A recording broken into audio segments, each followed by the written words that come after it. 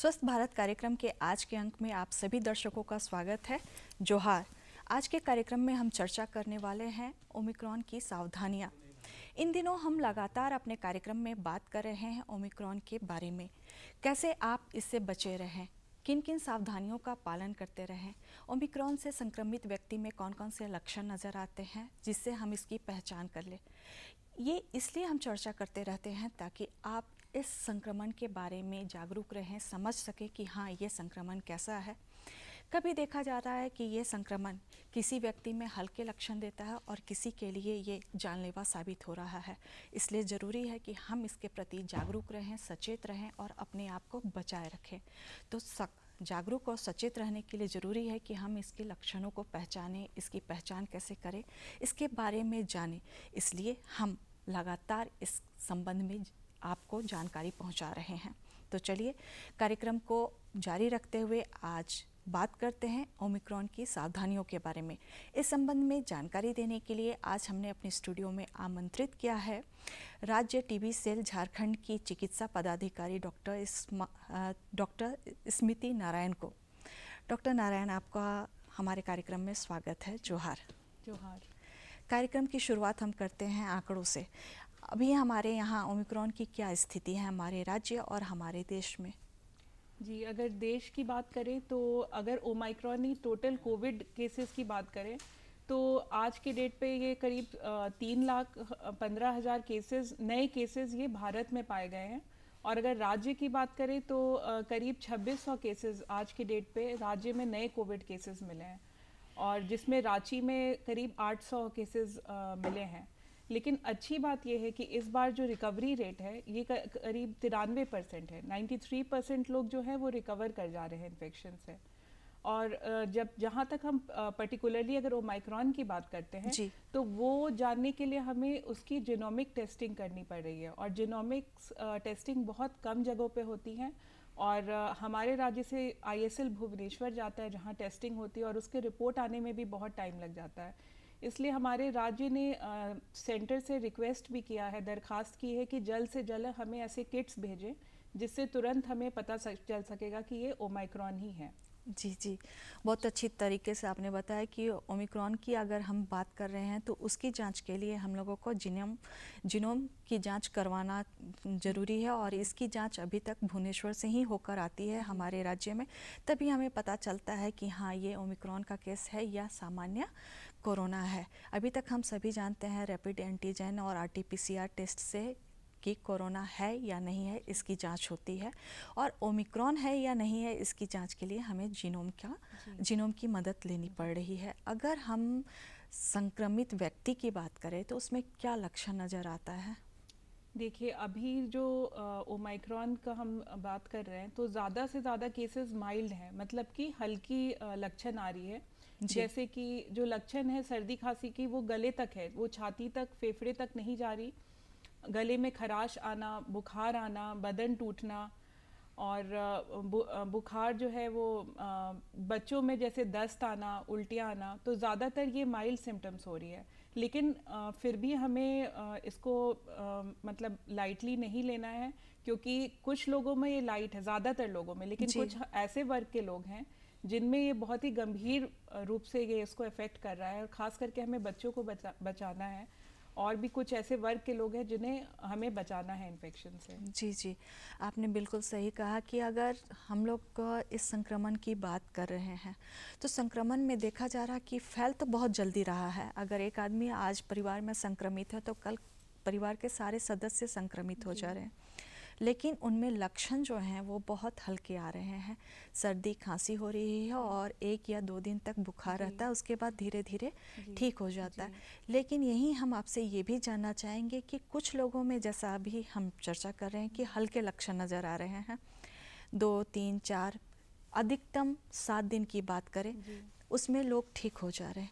वहीं पर देखा जा रहा है कि कुछ लोगों में ये जानलेवा भी साबित हो रहा है, कुछ लोगों की जो है मृत्यु भी हो जा रही है, और कारणों की जांच करें तो कोरोना और ओमिक्रॉन पाया जा रहा है। इसका क्या कारण है? देखिए, ऐसे लोग जो ज़्यादा रिस्क पर हैं सिवियर डिजीज़, गंभीर बीमारी के लिए, वो हैं जैसे कि हमारे बुज़ुर्ग लोग जो 60 साल से ऊपर हैं, उसके बाद हमारे ऐसे लोग जिनको पहले से हृदय रोग है, जो मोटापा के शिकार हैं, जिनको शुगर की बीमारी है, जिनका ब्लड प्रेशर हाई रहता है, और जो पहले से जिनकी इम्यून सिस्टम कमज़ोर है, इम्यूनो कॉम्प्रोमाइज़ हैं, जैसे HIV पॉजिटिव लोग, या जो पहले से स्टेरॉइड्स ले रहे हैं, उनकी रोग प्रतिरोधक शक्ति ऑलरेडी बहुत ही कमज़ोर है।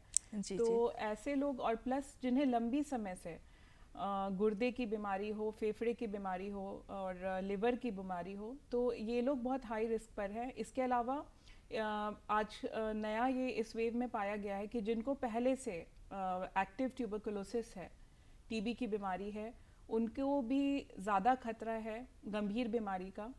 और साथ में एक सेरिब्रोवैस्कुलर डिजीज़, मतलब कि मस्तिष्क के में अगर खून की नली की दिक्कत है, ब्लड क्लॉट होना, या जिनको लकवा मारा हुआ है, स्ट्रोक, इनको भी गंभीर बीमारी होने का खतरा बहुत ज़्यादा होता है। तो जी जी इन वर्ग के लोगों को बहुत ज़्यादा सावधानी बरतना, जिनको पहले से ये सब दिक्कत है, या जो 60 साल से उम्र है, उनको बहुत सावधानी बरतने की ज़रूरत है। जी जी। बचाव करें वो अपना। ऐसे भी कहा जाता है कि जो हृदय रोगी हैं, जो मधुमेह के व्यक्ति हैं, या जिनको उच्च रक्तचाप की शिकायत है, और जी। किडनी और टीबी की, जैसे ही जी, आपने जैसा कि अभी आपने जिक्र किया, उनको हमेशा किसी भी संक्रमण से बच के रहना चाहिए, बिल्कुल। क्योंकि जी। उनकी रोग प्रतिरोधक क्षमता, रोगों से लड़ने की जो क्षमता है, वो बहुत कमज़ोर पड़ी रहती है, और किसी भी संक्रमण के चपेट में आने से वो बहुत ज़्यादा ही खतरनाक स्थिति में पहुंच सकते हैं। इसके बाद अगर हम बात करें कि ओमिक्रॉन आया है, तो ओमिक्रॉन के साथ साथ एक जो हम सभी फेस कर रहे हैं, वो है मौसम की मार। बहुत जोरों से शीतलहर भी चल रही है। अगर बीच में दोपहर में धूप भी निकल रहा है, तो सुबह और शाम बहुत तेज़ सर्दी लग रही है। तो ओमिक्रॉन और शीतलहर दोनों की अगर मार हो, तो ये कितना खतरनाक हो सकता है? जी, बहुत अच्छा सवाल पूछा आपने। और दोनों की मार साथ में, ये बहुत ही खतरनाक साबित हो रहा है, क्योंकि ये जो वायरस है हमारा ओमाइक्रॉन, और ज़्यादातर जो हमारे सार्स वायरस होते हैं, इनको पनपने के लिए इनको 3 चीज़ें चाहिए। सबसे बड़ा बात है तापमान।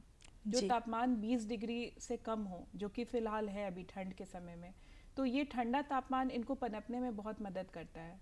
दूसरी चीज़ है सनलाइट या धूप की रोशनी नहीं आना। जो यूवी लाइट होती है, जो हमारे धूप की रोशनी में होती है, वो इस वायरस को मारती है। जी पर जी ठंड में आप देख रहे हैं कितना बादल छाया रहता है, या हम घर में अपने कमरे में बंद रहते हैं, बाहर नहीं जाना चाहते हैं ठंड में, हीटर चलाते हैं, अंदर रूम में बंद रहते हैं, तो धूप नहीं आने की वजह से, यूवी लाइट की कमी की वजह से ये वायरस पनपता है, बहुत ज़्यादा पनपने का मौका मिलता है।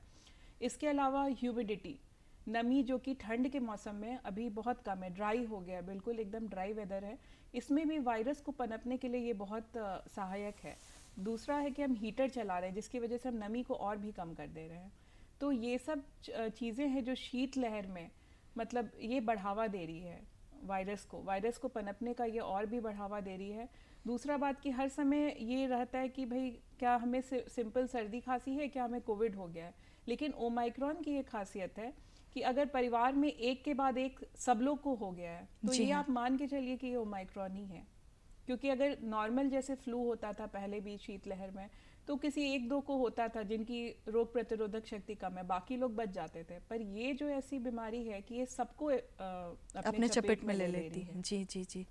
तो यही अगर हम कहें ओमिक्रॉन का ये सबसे प्रमुख लक्षण है, तो उसमें दो राय नहीं होगी कि अगर घर में एक भी व्यक्ति इस वायरस से संक्रमित है, तो सारे के सारे फैमिली मेंबर जो हैं घर में, या जितने उनके संपर्क में आए हैं, सभी के सभी जो है वो संक्रमित हो जाते हैं, और उनमें ज़्यादा या कम ये लक्षण देखने को मिलता ही है। गले में खराश होगी, बुखार आएगा, थोड़ा सा नाक सर्दी होगी। हाँ जी हाँ। अगर अब हम बात करें बचाव की, तो कोरोना वायरस से बचाव के लिए सबसे प्रमुख जो अभी अभियान चलाया जा रहा है, वो है टीकाकरण अभियान, और सरकार के द्वारा ये मुफ्त उपलब्ध कराया जा रहा है। तो यहाँ पर हम ये जानना चाहेंगे कि ये टीकाकरण कोरोना के सभी वेरिएंट जो अभी तक आए हैं, सब पर ये कारगर है? जी, देखिए, टीकाकरण के बारे में जितना भी बात करें वो कम ही है। लेकिन सबसे पहले आपके प्रश्न का मैं ये जवाब देना चाहूँगी कि जो हमारा भारत का जो कोवैक्सीन है वो वैज्ञानिकों ने कहा है कि वो ओमाइक्रॉन से भी प्रोटेक्शन देगा। जी जी। और आने वाले दिनों में एक नए वैक्सीन की भी तैयारी, मतलब वो ऑलरेडी बन चुकी है, अभी फेज़ 2-3 ट्रायल्स में है और कुछ महीनों में आ जाएगी। mRNA वैक्सीन है, वो ओमाइक्रॉन से भी प्रोटेक्शन देगी। तो देखिए, इन टीकाकरण से एक इंसान इस बीमारी से तो बचता ही है, पर सबसे ज़रूरी बात है कि गंभीर बीमारी से बचता है। मतलब जी अगर हाँ, उसे इन्फेक्शन हो भी गंभीर जाए स्थिति में जाने से बचता तो है। गंभीर जी। स्थिति या हॉस्पिटल में एडमिशन से बच सकता है।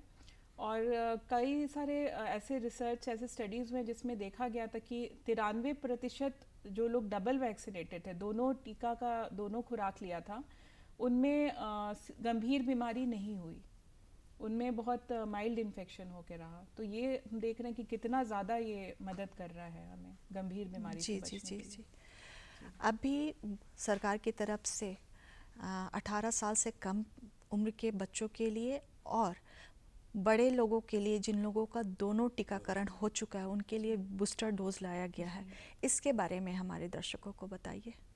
जी, अभी हमारे माननीय प्रधानमंत्री ने ये स्टार्ट किया है जी 15 से 18 साल के बच्चों के लिए। और अभी 2-3 महीने में हम चाह रहे जितना मैक्सिमम हो, क्योंकि ये बच्चे जो थे ये बचे रह गए थे। और क्योंकि उस समय हमें पता नहीं था कि ये वैक्सीन उनमें देना ठीक रहेगा कारगर या रहेगी। नहीं, जी हाँ। उन्हें हानि तो नहीं करेगा। लेकिन अब ये पाया गया कि उन्हें दे सकते हैं। और उसके बाद 12 से 15 के साल के बच्चों को में भी ये दिया जाएगा, धीरे धीरे करके, फेज़ बाय फेज़। और जहाँ तक हम बूस्टर डोज की बात कर रहे हैं, बूस्टर डोज जिसको प्रिकॉशनरी डोज भी कहा जा रहा है, ये एक ऐसा डोज है जो कि हमारी रोग प्रतिरोधक शक्ति, सेकेंड डोज के बाद कहते हैं कि 6 महीने के बाद ये बहुत कम हो जाती है, ये जी। धीरे धीरे कमज़ोर होते चलती है वैक्सीन की। जो हमें इससे प्रभाव जो है, असर जो प्रभाव है। जो जी था, वायरस से लड़ने की जो शक्ति है वो हमारी कम होते जाती है। तो इसको बढ़ाने के लिए हमें बूस्टर डोज लेना बहुत ज़रूरी है। तो पिछले साल जो हमारा ये टीकाकरण का अभियान था, उसमें सबसे पहले हमारे बुज़ुर्ग और फ्रंटलाइन वर्कर्स ही थे। तो इस बार भी उसी सीक्वेंस में ये बूस्टर डोज को स्टार्ट किया गया है। सबसे पहले फ्रंटलाइन वर्कर्स, बुज़ुर्ग और जो कोमॉर्बिड कंडीशन वाले लोग हैं, सबसे पहले उनको दिया जा रहा है। और एक कारण ये भी है कि सेकेंड डोज के कम से कम 9 महीने बाद ये बूस्टर जी। डोज लेना है। तो जिन्होंने पिछले साल जनवरी फरवरी में वैक्सीन ली थी, उनकी सेकेंड डोज करीब मार्च या अप्रैल में भी अगर हुआ होगा, तो अब वो 9 महीने हो रहे हैं। जी तो हाँ। उनका बूस्टर का टाइम आ गया है। और इसके बाद जो बाकी लोग हैं, धीरे धीरे उनमें भी हो सकता है बूस्टर डोज ये दिया जाए। जी जी। जिससे फेज वाइज पहले दिया गया था पहला टीकाकरण, फिर जी दूसरा टीकाकरण, जी उसी तरह ये बूस्टर डोज भी जिनका 9 जी महीना होता जाएगा जी उनको दिया जाएगा। जी जी। क्या इस समय कोई सीमा भी रखा गया है कि हाँ इनको दिया जाएगा, इनको नहीं दिया जाएगा, या कुछ ऐसा सीमा है कि जो लोग कोरोना हो चुका है उनको बूस्टर डोज नहीं देना है, जी उनको कुछ दिन बाद ये बूस्टर डोज देना है, कुछ ऐसी सीमाएं निश्चित की गई हैं? जी, अगर किसी का रिपोर्ट पॉजिटिव आया या सिर्फ लक्षण भी थे उसको, तो कम से कम 1.5 महीने से 3 महीने बाद ही उन्हें बूस्टर डोज लेना चाहिए, उन्हें डिले करना चाहिए। क्योंकि बहुत ज़्यादा अगर इन्फेक्शन किसी को हुआ तो उनके अंदर ऑलरेडी एंटीबॉडीज़ बनी हैं, और वैक्सीन की भी जो हम लेंगे उससे भी एंटीबॉडी बनेगी, और बहुत ज़्यादा बनने से फिर कुछ प्रॉब्लम हो सकती है, उसे हाइपर इम्यून सिंड्रोम भी बोलते हैं, तो वो भी एक दिक्कत कर सकती है। इसीलिए कुछ वैज्ञानिकों ने ये क्राइटेरिया रखा है कि कम से कम 1.5 से 3 महीना बाद सेफ़ है लेना वैक्सीन, बूस्टर डोज। जी जी। और एक बहुत ज़रूरी बात है कि जिन्होंने पहले और दूसरे डोज जैसे कोविशील्ड के लिए थे, वो बूस्टर भी कोविशील्ड के लेंगे, और जिन्होंने कोवैक्सीन लिए थे वो बूस्टर कोवैक्सीन के लेंगे। जी जी। 2 डोज जिसका लिया गया है, बूस्टर डोज भी उसी का लिया जी जाएगा। जी जी। ये टीकाकरण के चक्र में जो छूट गए वो हैं बच्चे, और अभी जी। ओमिक्रॉन के समय में ये कहा जा रहा है कि बच्चों में इसका खतरा ज़्यादा है, तो उनका बचाव किस प्रकार से किया जाए? देखिए, उनकी बचाव हमें वैसे ही करनी होगी जैसे हम बड़े लोगों की करनी है। उनको समझाना, क्योंकि वो मास्क नहीं पहनते, बहुत दिक्कत है उन्हें जी हाँ। कन्विंस करना कि वो मास्क पहने। तो हमें कोशिश करना है कि घर से बाहर नहीं जाएं, वो घर में रहें, घर में साफ़ सफाई रहे और हाथ धोते रहें, समय समय से सैनिटाइज़र का प्रयोग करें।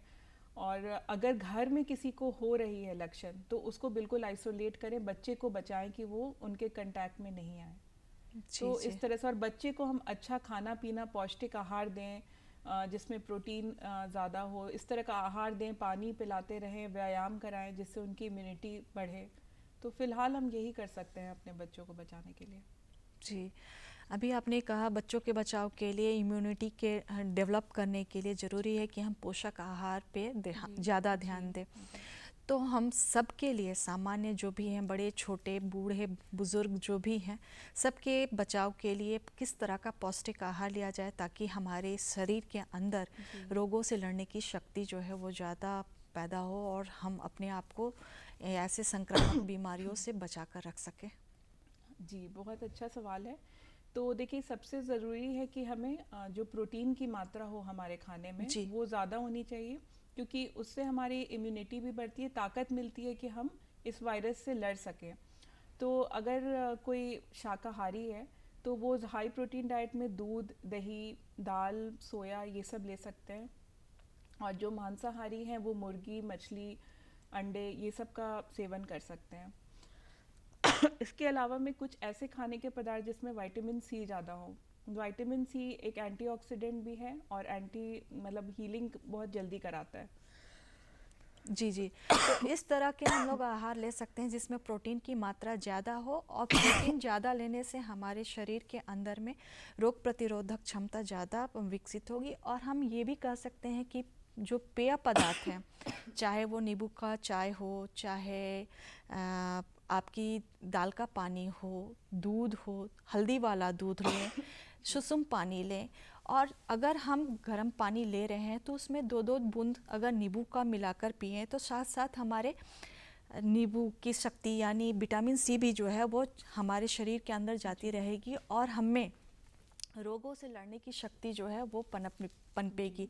तो हमारे अंदर सिर्फ सही पोषण आहार लेने से भी हम अपने आप को स्वस्थ रख सकते हैं, ऐसी संक्रामक बीमारियों से अपने आप को बचा कर रख सकते हैं। तो ज़रूरी है कि हम प्रोटीन वाला आहार लें, साथ ही साथ हम पेय पदार्थ लें। पेय पदार्थ लेंगे तो हमारा शरीर जो है उसको ज़्यादा लिक्विड मिलेगा, ज़्यादा लिक्विड मिलेगा तो हमें ऑक्सीजन की मात्रा जो है वो भरपूर मिलती रहेगी और हम अपने आप को स्वस्थ रख सकेंगे। यही कुछ तरीके हैं जिससे हम अपने आप को स्वस्थ रख सकते हैं, तो क्यों ना हम आसान तरीक़ों से अपने आप को स्वस्थ रखें। अब अगर हम बचाव की बात कर रहे हैं तो बचाव में जो एक महत्वपूर्ण बात कही जा रही है कोरोना प्रोटोकॉल की, वो है मास्क का पहनना और सामाजिक दूरी का पालन करना। तो अगर हम मास्क की बात करें तो क्या मास्क में किसी विशेष मास्क को खरीदना है या किस तरह के मास्क का प्रयोग करें? जी, अगर मास्क की बात करें तो जो अभी सबसे अच्छा मास्क बताया जा रहा है वो है ट्रिपल लेयर मास्क, जो कि हम जी बहुत कॉमनली जैसे N95 मास्क के नाम से जानते हैं। सबसे बेहतरीन उसे ही माना जा रहा है।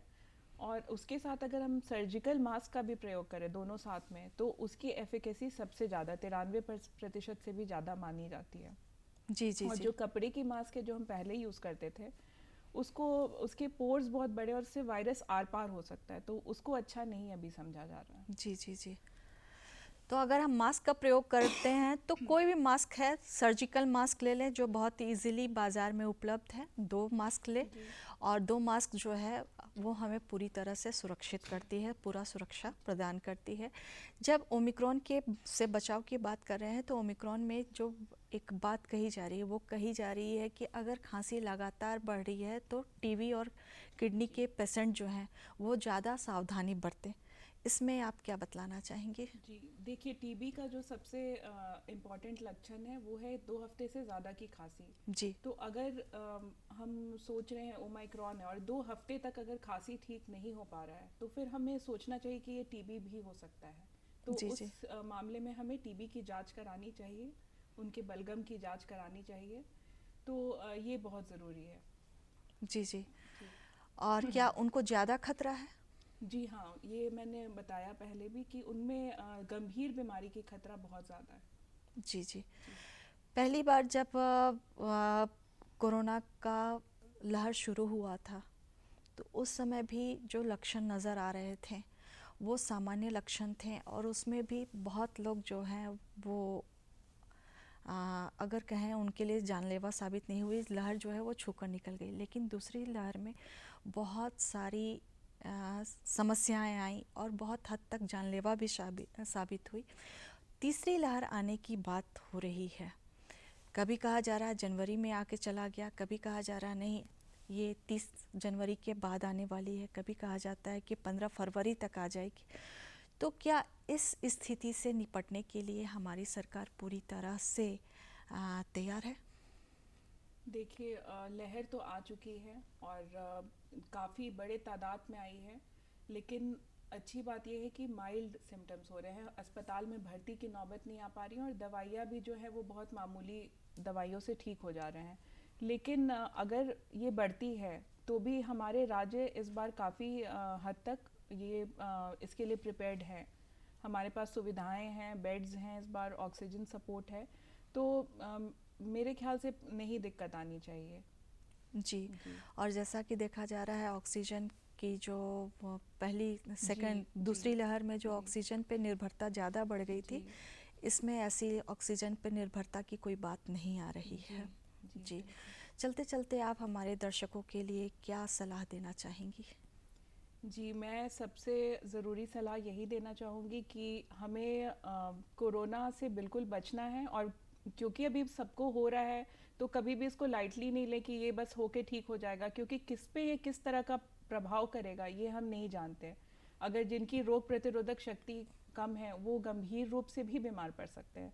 तो हमें अपने आप को बचाना है और सबको बचाना है, जिसके लिए जो कुछ इम्पॉर्टेंट स्टेप्स हैं वो है मास्क पहनना, 6 फीट की दूरी रखना, भीड़ भाड़ वाली जगहों में नहीं जाना, और पानी पीते रहना, और हाथ धोते रहना, अच्छा पौष्टिक आहार लेना, व्यायाम करना अपनी इम्यूनिटी बढ़ाने के लिए। और अगर लग रहा है कि किसी को हो गया है तो बिल्कुल उसे होम आइसोलेशन करके उसकी लक्षात्मक इलाज करें। तो इस तरह से ही हम कोरोना की जंग को जीत सकते हैं। तो चैलेंज बहुत है आगे, लेकिन हमें अपने तरफ से एक अच्छे नागरिक होने के नाते सब मेहनत करनी पड़ेगी सबको। जी। अभी आपने जिक्र किया कि होम आइसोलेशन में रहना चाहिए, तो यहाँ पे हम सिर्फ बहुत कम शब्दों में जानना चाहेंगे कि होम आइसोलेशन के समय किन किन बातों का ध्यान रखें? जी, बहुत अच्छा सवाल है। देखिए, होम आइसोलेशन का मतलब है पहले जो हमारे मरीज़ हैं जिनके टेस्ट पॉजिटिव आए हैं या जिनके लक्षण भी आ रहे हैं, उनको एक अलग कमरे में रखना है, उनके बर्तन अलग करना है, और हो सके तो अगर उनको अलग टॉयलेट उस कमरे से अटैच हो तो ये अच्छी बात है। और उनको पौष्टिक आहार देना है। अगर कोई उनका केयर ले रहा है, उनसे मिलने जा रहा है, तो वो N95 मास्क और ग्लव्स का प्रयोग करे, और उस समय पेशेंट को भी मास्क पहनना है। उसको वेल वेंटिलेटेड मतलब हवादार कमरे में रहना है, और उसके खान पीन का ध्यान दिया जाए, और बाकी जो उसके लक्षण हैं उसका इलाज किया जाए। साथ में उसे अपना बुखार नापने के लिए थर्मोमीटर और अपना ऑक्सीजन नापने के लिए ऑक्सीमीटर, ये दोनों भी देना चाहिए कि अगर मान लीजिए वो मॉडरेट या गंभीर रूप से अगर बीमार पड़ रहा है तो उसको अपना पता चले, अपना ऑक्सीजन लेवल और टेम्परेचर। तो ये कुछ चीज़ें बहुत ज़रूरी है। और आराम, उसे आराम और नींद ये बहुत मदद करेंगी रिकवरी में। ये दो चीज़ें बहुत ज़रूरी है। जी। अगर किसी में कोरोना के लक्षण नज़र आ रहे हैं अभी वर्तमान समय के ओमिक्रॉन वायरस के, तो उनको घबराना नहीं है, होम आइसोलेशन में जाना है। होम आइसोलेशन खुले जहाँ पे खुले वातावरण हो, पूरा ऑक्सीजन का आना जाना हो, खुली हवाएं जहाँ मिल रही हों, और साथ ही साथ अगर बाथरूम जो है वो अलग रहे तो वो सबसे अच्छा रहेगा। डॉक्टर नारायण, आप हमारे बीच में आई, हमारे दर्शकों को इतनी महत्वपूर्ण जानकारी दी, इसके लिए आपका बहुत बहुत धन्यवाद। और हम अपने दर्शकों से लेते हैं विदा। जोहार।